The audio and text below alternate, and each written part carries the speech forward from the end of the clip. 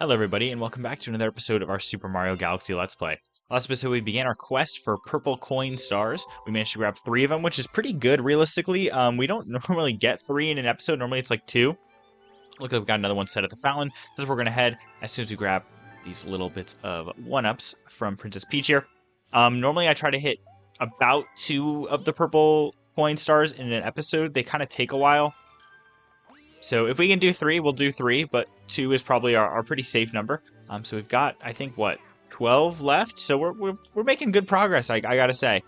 We got 3 last episode, like I said, which is a pretty good ratio. Normally we don't do that. Maybe this episode we'll be able to keep that up and get 3 more. Who knows? Let's head on inside, though, and full star there. Check out what's going on. We got Space Junk Galaxy. Let's go fly on over there and see what we can do. Hopefully it won't be too difficult. Again, these are never super easy. I love the ones that are, realistically, at first I didn't like the ones that were timed. But the ones that are timed mean that they're shorter. Purple Coin Spacewalk.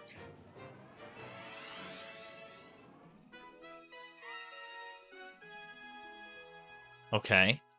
How do we do this one? Which is kind of nice. It also means, like, if you die right at the end, it's less important. Oh, I remember this. Yeah, okay. So, like, yeah, we have 2 minutes here. That's a little stressful. But it means that, at most, if we die, we lose 2 minutes, if that makes sense. Which is, speaking of dying, very misleading platform. Hopefully that won't happen too much. We do have 2 minutes, so I can kind of take it a little bit slower. There we go. And it looks like we get quite a few of these per, 10. So we need, there's only 10 of them. We're going to be fine. Doing great. Up to 30. This I will say, this one's probably a little bit harder as Luigi because he has less precise movement. With Luigi, I've noticed it's better if you're going too fast or want to stop. It's better to actually try to just change direction as opposed to completely stop. Because if you're able to put your momentum somewhere else, you're not going to slip as much. I feel like we can't go that way, so I'm going to spin there. Kind of move our momentum around. How do I get that? This way? Yeah, this way. Okay, we're making really good progress. Let's be very careful. We got a minute left to grab 20 more. Okay, I can go that way. Really wanted to feel that one out. Okay, can't go that way. No! Oh, I see exactly what I mean. I got to the end there, and I tried to stop my momentum. I didn't try to re-pivot it or move it around. I just stopped, and because of that, we slid a little too far. Okay. Here, it might be good to go grab this one first. Assuming we can.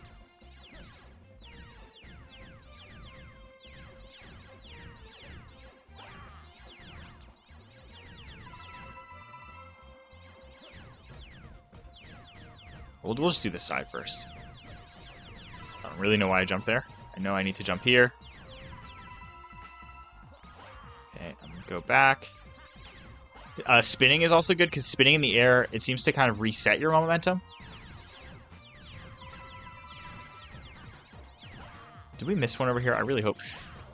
Oh, okay. I really hope we didn't. Like, there's bad. I was able to save it with a little spin because that stopped my forward momentum, and I was able to readjust and turn it into backwards momentum. Right?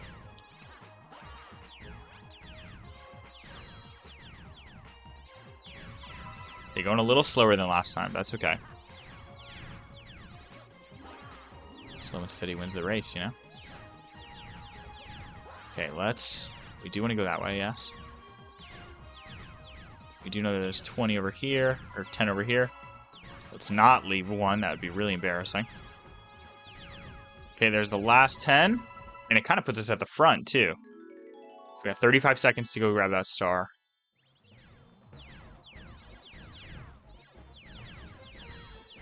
And got it.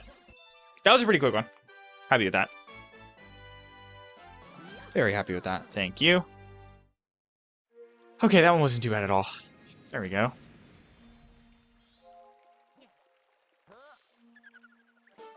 109 out of 120. Only 11 left. Wow, we're really getting close to the end of this. Thank you. Let's head on back outside. And our next dome, we'll have to go look at the little billboard to see what it is. I know at some point it opens up a lot, and we can it gives us a bunch of comics at once, and we can kind of decide from there. Are we at that point yet? Yes, we are. Okay. We'll just do them as we come across them. So we'll do kitchen first. I'm not really in a rush to do any specific ones. And that we've done them all, we know that, they can be difficult, but they're doable. I'm able to do them all, and that's, a big importance. Let's head into the kitchen, see what this one is. Hopefully not a difficult one. I know there's one that's like the one where we have to be go around the ghost thing is really annoying. Ooh, Beach Bowl Galaxy. I kind of remember this one being a little annoying. Let's fly on in and see what we can do about it then. Purple comet in orbit indeed. Beach combing for purple coins. Let's see what we can do. I kind of remember this one being annoying because we couldn't find all the coins super easily, and it's a water level, which, inherently makes it a little less fun. But, we should be able to do it just fine, I think. I don't think we had any troubles with, dying last time either. It just came down to purple coins sometimes were difficult to find. So let's see what we can do. This is one of the more, as I was talking about before, one of the more open-ended ones where it's just a big wide open area, lots of purple coins to grab. You gotta get them all. Some of the levels, I don't think we've come across one yet, but some of the levels, I'm speaking to you guys like you haven't been here. I assume you guys haven't, some of you, I'm sure, picked this up during our Luigi playthrough. But yes, we did do all these levels with Mario, and there are some levels with the purple coins where it's more than 100 are on the level, and you don't need to get them all, but you just need to get 100. And those levels are kind of fun because it lets you kind of strategize a bit more. You can be like, okay, well, this one had, you have a, you can have an opportunity cost discussion with yourself, where it's like there's a big word for you, or a big term for you. I learned that word in high school. Let's grab all these.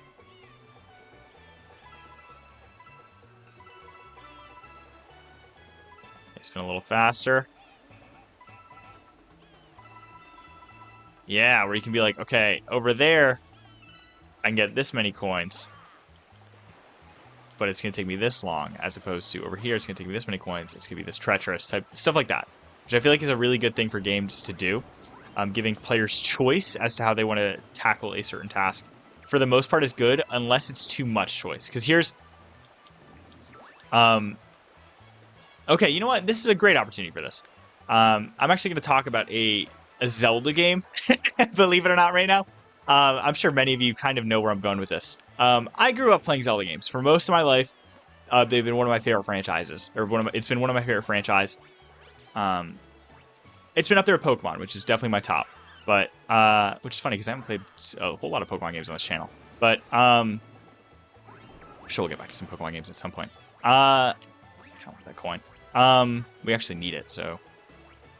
Okay, I grew up playing Zelda games a lot as a kid, and actually, my first one, was on, I think it was Minish Cap, which was on the Game Boy Advance. I had the cartridge I would play on my DS Lite, because I didn't have a Game Boy Advance till I was a little older, and I was started to really care about retro games. I wouldn't know if I wouldn't really consider that retro, but since I started to care about Game Boy Advance games, I'll say that. And there's a coin back there.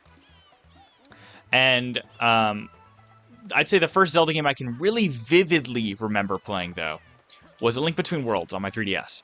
And again, that wasn't my first, but that's the one I can remember, really understanding what was going on, if that makes sense. I do need that spring mushroom. And one thing about older Zelda games, or even, I wouldn't really consider A Link Between Worlds super old anymore. I mean, it was on 3DS. I don't know. Is the puzzles they'd give you were difficult, and there was one solution. It wasn't figure out what? That's ridiculous that I lose it when I touch the waterfall. And that would lead to a whole lot of getting stuck, especially when you're a kid, where you don't know what to do. It's not super clear as to what you're supposed to do. You don't know if you're able to do what you need to do yet. So it lead to a whole lot of getting stuck. And I knew how to use the internet at this point, but I've always been kind of like a, if I don't need to look it up, I prefer not to type person when it comes to video games. Like discovering it myself a lot of times is a whole lot more satisfying than looking it up and immediately getting the answer. So, a lot of times realistically, I'd drop old Zelda games. And like I'd get super far into them and there'd just be one puzzle and I'd be like, awesome, no clue on how to tackle this. And as frustrating as that could be, when I would then eventually come back to it, or when I'd solve a puzzle that I've been on for a while, the feeling, the satisfaction you would get was so genuinely like enormous that like it would make my day. I would figure out how to get past something in A Link Between Worlds or Minish Cap, or even like when I started playing Wind Waker on the Wii U. My favorite Zelda game, by the way. You'd conquer a puzzle and you'd be like, that was awesome. I conquered the puzzle. I could see what's further in the game, but also I figured that out. And there was one solution, and a lot of times it's really obscure. Like I can remember in Minish Cap to get the Pegasus boots, you need to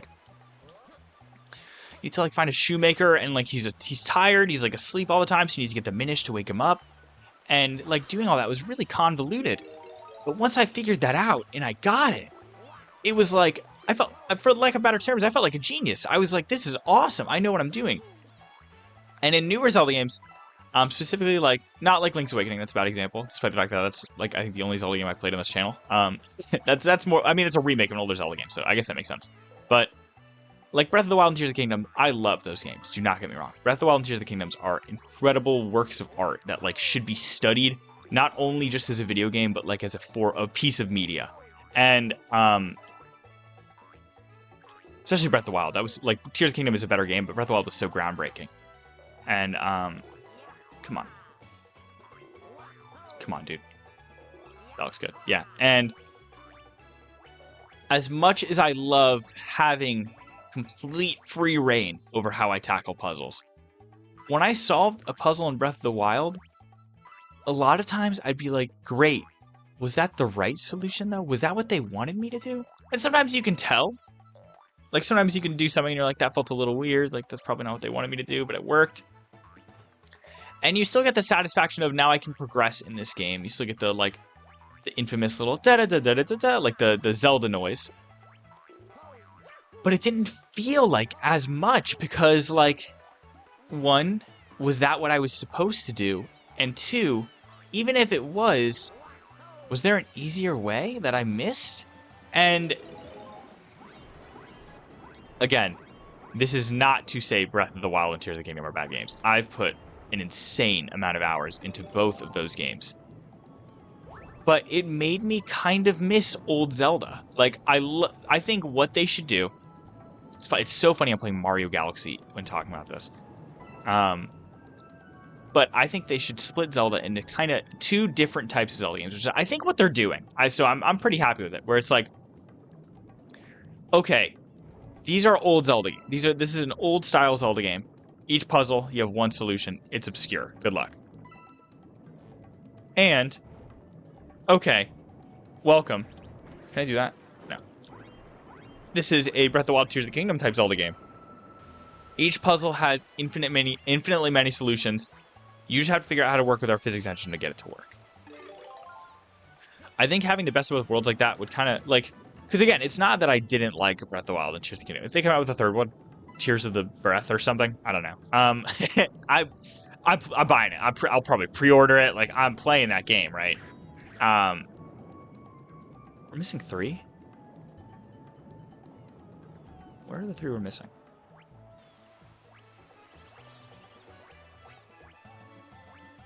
Hold on. We need to, like, figure this out. Found him. Way up there. But I think by kind of diversifying their game a bit, by like I don't know how you'd market that. I don't know how you'd market this, like this is a old Zelda game, this is a new one. Because I think my biggest fear is that with the Zelda games now, is that they do take that, but instead of being like, this is a traditional Zelda game, this is a new school Zelda game, I'll say. We get, this is a 2D Zelda game. There's one solution to every problem. This is a 3D Zelda game. There's infinitely many. And I guess with the newly announced, it's not out yet at the time of recording this. The newly announced Echoes of Wisdom, I think it's called, the one where you play Zelda. It looks really cool. They are showing that that's not what they're doing, at least on the 2D sense. There's going to be 2D games where I assume, obviously I haven't played this game, but I assume there's going to be a couple solutions to every problem. But I am still worried that when it comes to 3D Zelda games, they're always going to be like, this is like Tears of the Kingdom. There's 40 different solutions to this one problem. And truthfully, I want to get stuck. I want to come across a Zelda puzzle and have this puzzle sit in front of me, and I won't know what to do. I'll sit there for hours, hopefully not hours. I'll sit there for a good amount of time and be like, wow, I don't think I made progress. Like, and as frustrating as that could be, personally, I feel like the frustration is set aside by the eventual, I got it. I got that one solution. Okay, this is the ghost one I was talking about. We could probably do it real quick. Maybe we can do 3 an episode. That'd be kind of cool. So yeah, I guess that's what I hope for in a Zelda game moving forward. I hope you guys enjoyed that, my Mario Galaxy fans. What coin's the bone pen? Okay. I remember this one took us 1 or 2 times, so I don't think it was too bad. Yeah. This is one of the ones I was mentioning before where there's more than 100 coins. So a lot of times it's actually, if you leave one behind, just ignore it. It's not worth the time. And touchdown. Thank you. We do only have a minute, so we gotta be a little fast. Come on.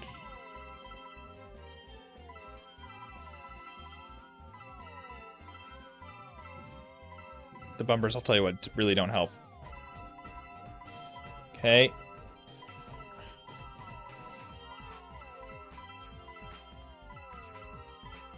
We're a little bit ahead of where we need to be. Time-wise, I really need to focus on this. I apologize if I'm not talking a whole lot.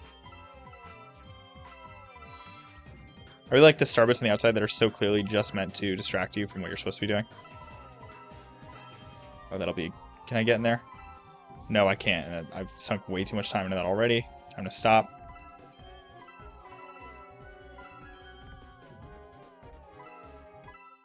Okay, okay, okay. Can we get that in time? Uh-oh. Looks like we're good. We got it. Okay. Pretty short one, pretty short one. First tried it, now that I think about it. That's pretty nice. Okay, yeah, but this episode, again, is a little bit shorter than normal, but I think another purple coin mission would set us way over the time limit, so I'm going to call this episode here. Thank you guys so much for watching. We were able to get 3 more this episode, which is very nice. We're, made pretty good track. Normally we only get 2, so 3 more in 2 episodes. I'm very, very happy with that. If you want to see us grab more purple coin stars, make sure to tune next time. And again, thank you so much for watching this episode of Mario Galaxy. Have a good day.